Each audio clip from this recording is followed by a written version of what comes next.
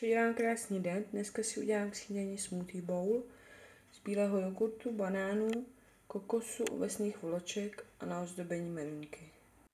Takže dneska ráno začínám s videem od Kami, k tomu druhou půllitrovku vody a tohle je smoothie bowl. Navrch ještě trochu kakaových bobů.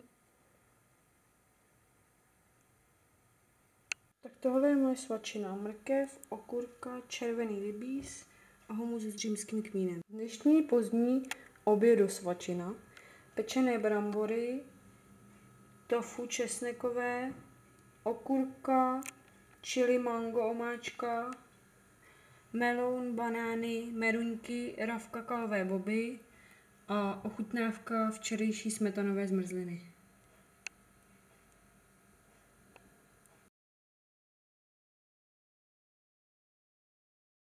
Dneska jsem se rozhodla upéct banánový chlebík z kuchařky bez pšenice, to taky jde.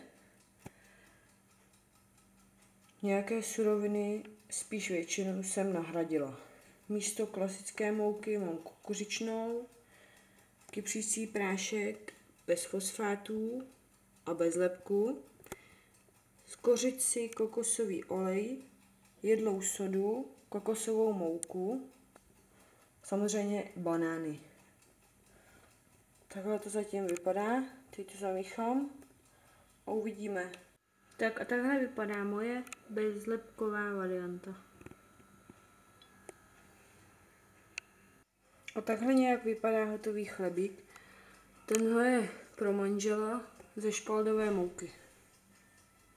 A dneska mám k večeři šmakouna s jarní cibulkou a opět pečené brambory a navrch kečup.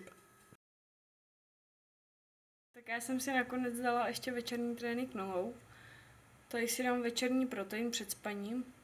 A konečně to vypadá, že by mohlo začít pršet, takže luftuju.